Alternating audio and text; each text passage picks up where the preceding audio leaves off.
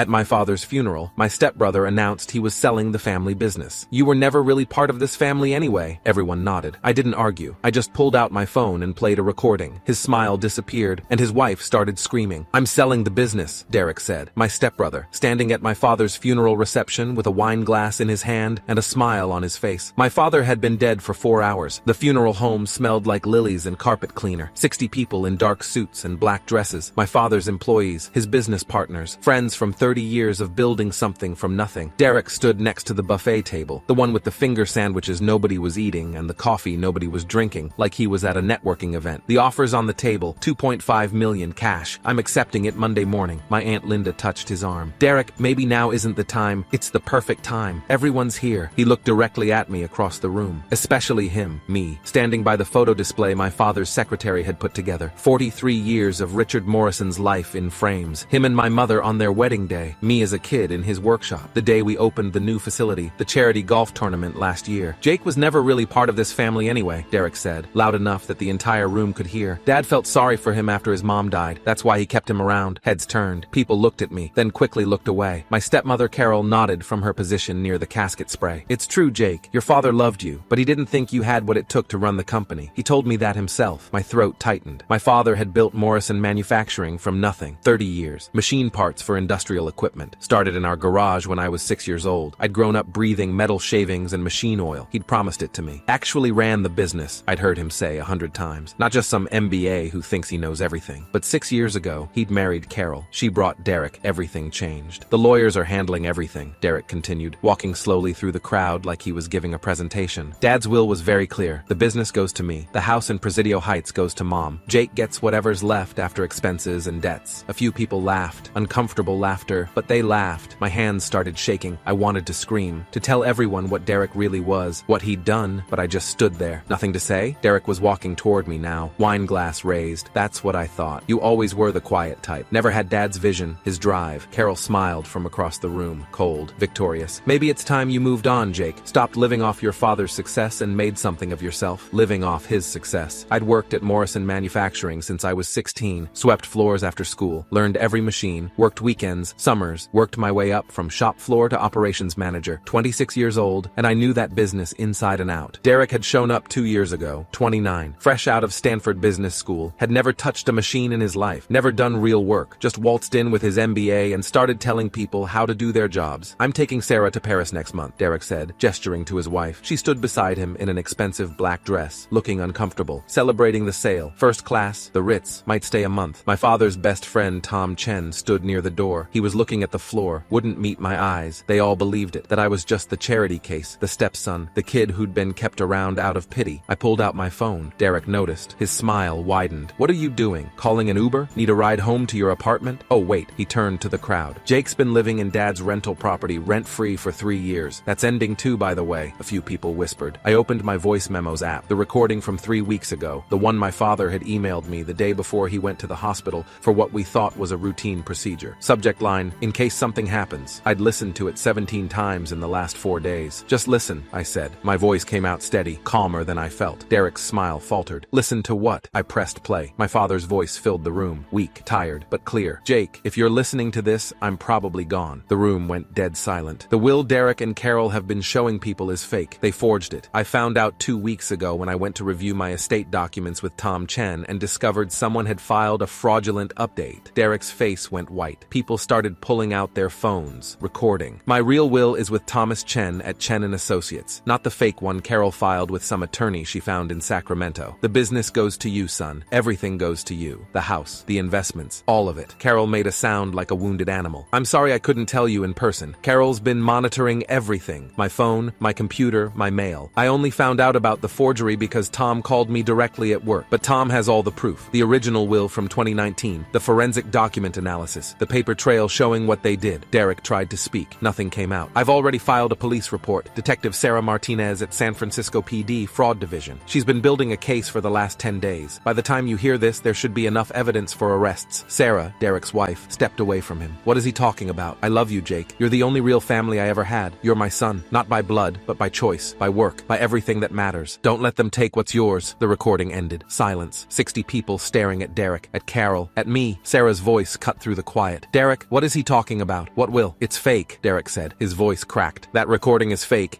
Jake made that. Voice AI or something. He's trying to steal. I'm Thomas Chen, a voice said from near the door. Tom stepped forward, pulled a folder from his briefcase, the same briefcase he'd been carrying when he arrived. The one I'd assumed was full of condolence cards. I'm the attorney who's held Richard Morrison's will since 2019. Estate planning specialist, 23 years at the bar. He held up the folder. This is the original will. Signed, witnessed, notarized. It names Jake Morrison as sole beneficiary. Everything. The business, the house, the investment accounts, the life insurance. Carol moved toward the exit. Tom stepped in front of the door. I wouldn't do that, Carol. You're lying, Derek said, louder now, desperate. You're both lying. My mother is Dad's wife. I'm his stepson. We have rights. You have the right to remain silent, a woman's voice said. Detective Sarah Martinez walked in from the hallway, badge on her belt. Two uniformed officers behind her, late 30s, sharp eyes, the kind of cop who'd seen everything. 15 years with SFPD Fraud and Forgery Division, she said, walking toward Derek and Carol. We've been investigating this case for 2 weeks. Richard Morrison filed a detailed report before his death. Suspected will forgery, identity theft, and fraud. Sarah was screaming now at Derek. You told me the business was yours. You said we were rich. You said we could buy a house in Marin. I quit my job. Shut up, Derek hissed. Don't tell me to shut up. Sarah shoved him hard. Did you forge a will? Did you? Did you lie to me? We needed the money, Carol said. She was crying now, mascara running down her face. Derek's student loans, the credit cards, the mortgage on my condo. Richard was going to leave us with nothing. He was going to leave you exactly what you deserved, Tom said coldly, which was nothing. You married him 6 years ago. You're entitled to spousal support under California law. That's it. Derek looked around the room, at all the phones recording, at his wife screaming, at his mother sobbing, at the cops moving toward him, at me, pure hatred in his eyes. You set this up, he said. I didn't do anything, I said. You did it yourself. Detective Martinez pulled out handcuffs. Derek Morrison, you're under arrest for forgery, fraud, and conspiracy to commit fraud. You have the right to remain silent. No.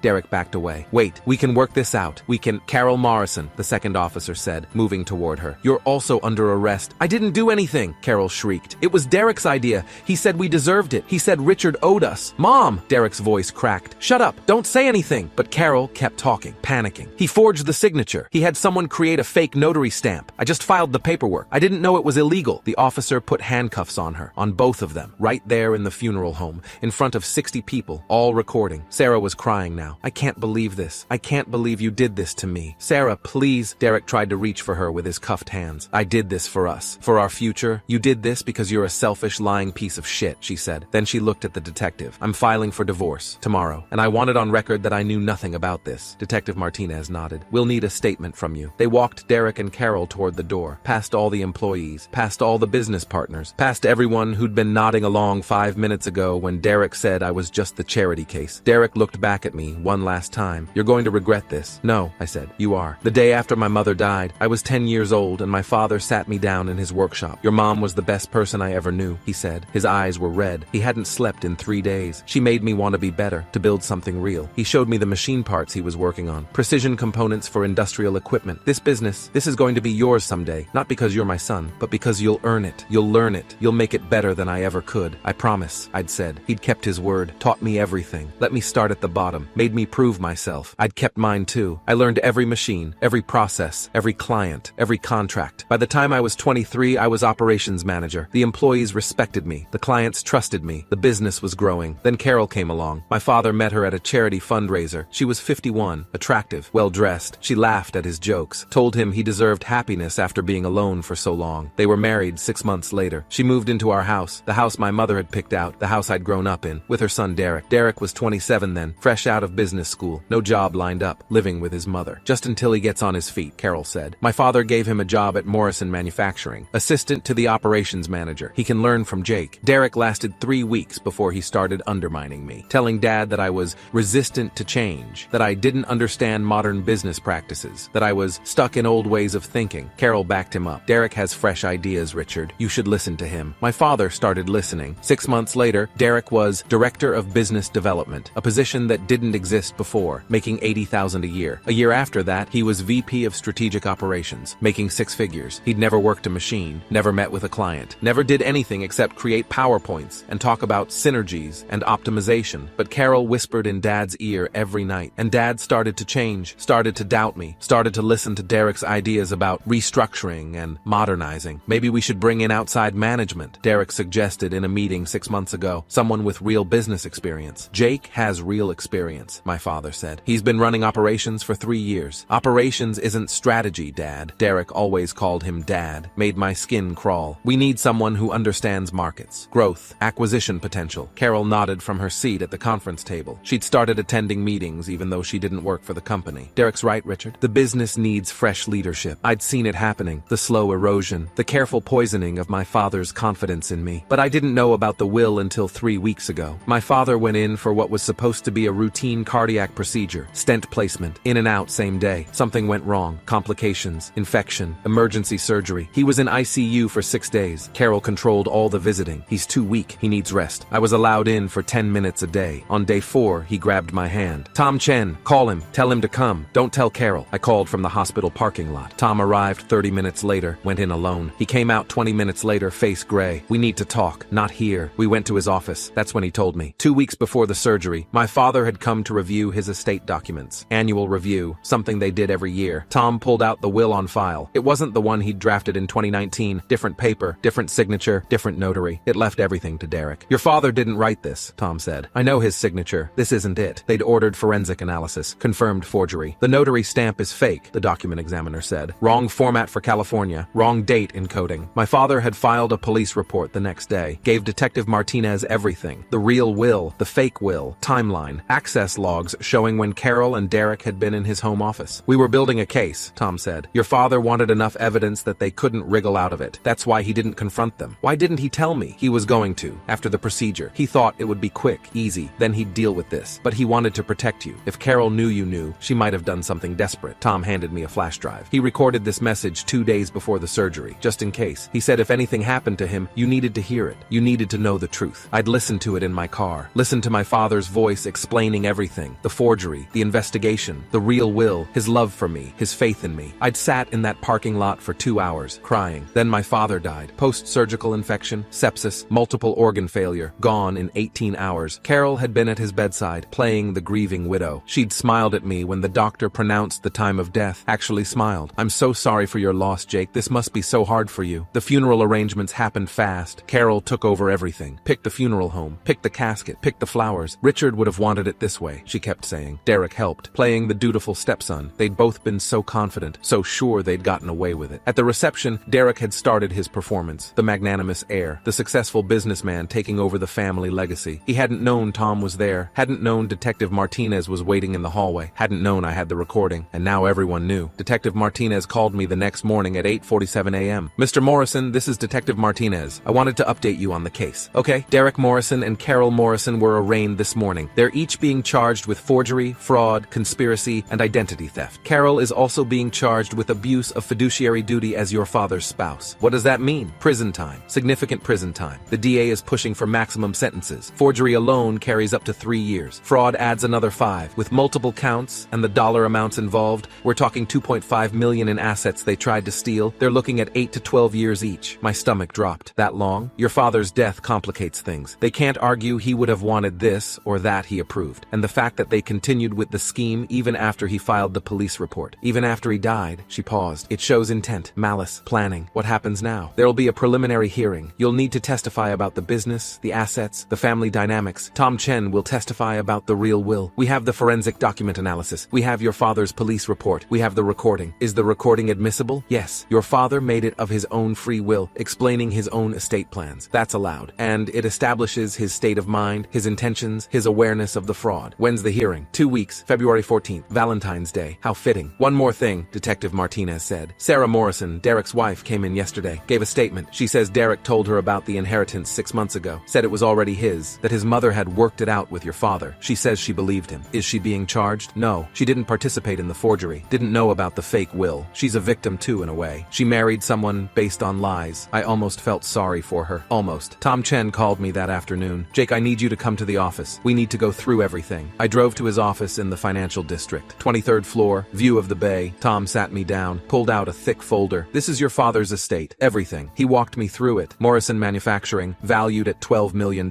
Annual revenue, $8 million. Profit margin, 18%. 63 employees. The house in Presidio Heights, worth $4.2 million. Investment accounts, $2.8 million. Life insurance, $1 million. Total estate value, $20.2 million. This all goes to you, Tom said. Per your father's actual will, the one he wrote in 2019 and updated in 2021? Derek said the business was only worth $2.5 million. He was lying, or he's an idiot. Probably both. Tom slid over an appraisal document. This is from a professional business valuation firm. Completed last year. Morrison Manufacturing is worth between 11 and 13 million, depending on market conditions. Derek was planning to sell it for 2.5 and pocket the difference. Could he have done that? If the fake will had stood, yes, he'd have had legal ownership. He could have sold it for whatever he wanted. The courts wouldn't have known about the real valuation unless someone challenged him. My hands clenched. He would have stolen $10 million, at least, and that's just the business. The house, the investments, the insurance. He and Carol would have walked away with everything. Tom leaned back in his chair. Your father knew. That's why he acted fast, why he filed the police report, why he recorded that message. He knew if something happened to him, Carol and Derek would move immediately. They'd file the fake will, take control of everything, and by the time anyone questioned it, the assets would be gone. What happens to Carol? She was his wife. Under California law, she's entitled to spousal support, probably around $30,000 a year for 10 years, given the length of the marriage and the estate value. That's it. She doesn't get the house. She doesn't get the business. She doesn't get the investments. What about Derek? Derek gets nothing. He's not a biological child. He wasn't adopted. He has no legal claim to anything. Tom smiled. Cold. Professional. They tried to steal $20 million.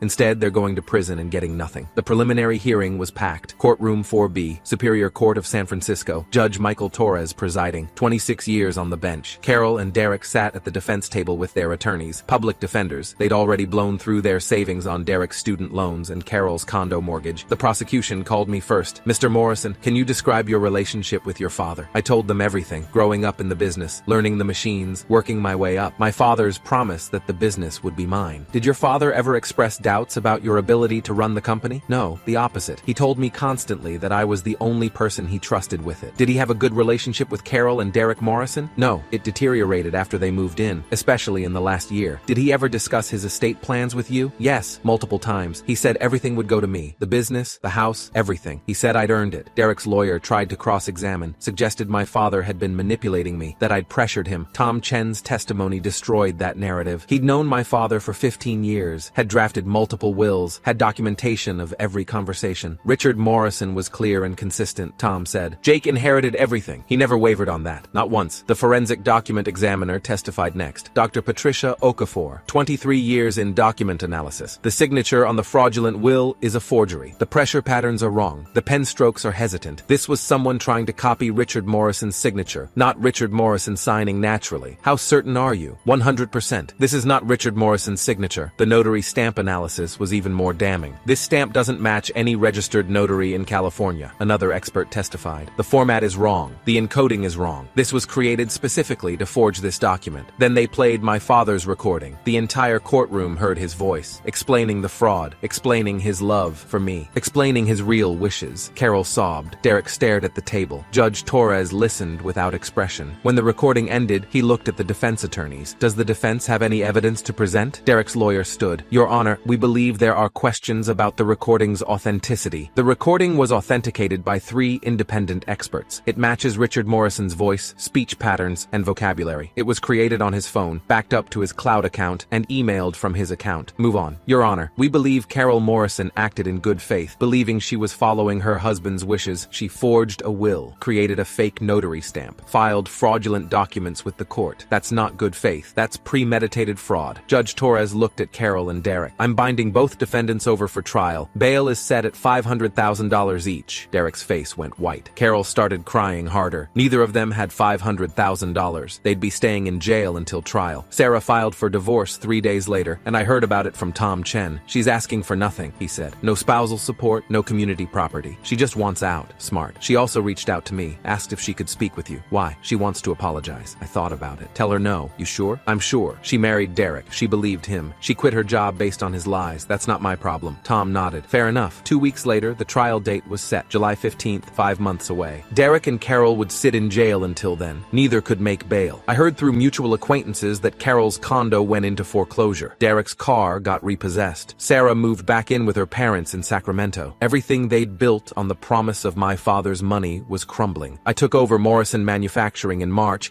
and the employees welcomed me back like I'd never left. We knew something was wrong, Maria Santos, the shop floor supervisor, told me. 17 years with the company. Derek was trying to sell us out. We could feel it. What do you mean? He was bringing in consultants, asking about redundancies and optimization. That's code for layoffs. She shook her head. Your father built this place place on loyalty. Derek would have gutted it and sold it for parts. I called an all-hands meeting my first day. 63 employees gathered in the main facility. I know the last few months have been chaotic, I said. I know there were questions about the future. I want you to know, this company isn't going anywhere. We're not selling. We're not downsizing. We're going to keep building what my father started. Applause. Actual applause. Anyone have questions? Marcus Chen, one of the senior machinists, raised his hand. 12 years with the company. What happened to Derek? Derek and his mother are facing fraud charges. They tried to forge my father's will. They're in jail awaiting trial. Silence. Then someone in the back started clapping. Then everyone was clapping. Not because they were happy about the fraud, but because Derek was gone. The trial started on July 15th, just like scheduled, and lasted 6 days. The prosecution presented overwhelming evidence: the forged will, the fake notary stamp, the forensic analysis, my father's police report, the recording. Tom Chen testified. I testified. Detective Martinez testified. The defense tried to argue that Carol had been manipulated by Derek, that she didn't understand what she was doing. The prosecution showed emails between Carol and Derek planning the forgery, discussing how to copy my father's signature, where to file the fake will. This was a conspiracy, the prosecutor said. 2 people working together to steal $20 million